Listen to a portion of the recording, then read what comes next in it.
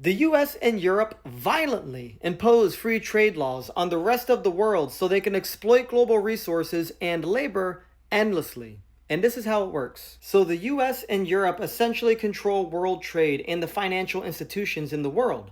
And if developing countries, the rest of the world, want access to this network of trade and finance, they need to accept structural adjustment programs and free trade policies. What this means is developing countries need to slash protection rights for workers and local industries. And once they do that, Western capitalists move into these countries. They move into these countries and buy up all of their valuable resources and assets, and then they relocate their industries into these countries. Now, what this establishes is an endless cycle of exploitation where workers in the global south and developing countries are producing goods and services for Western capitalists. Western capitalists then take these products, ship them back to the US and Europe, and sell them at the highest possible price, keeping all of the profit for themselves. Now, this creates a lot of anger and revolutionary activity for the developing countries because they get trapped into a system of exploitation, dependence, debt, and poverty. And this is where revolutionaries step in to break that cycle. Revolutionaries like socialists and communists organize with the working classes in these countries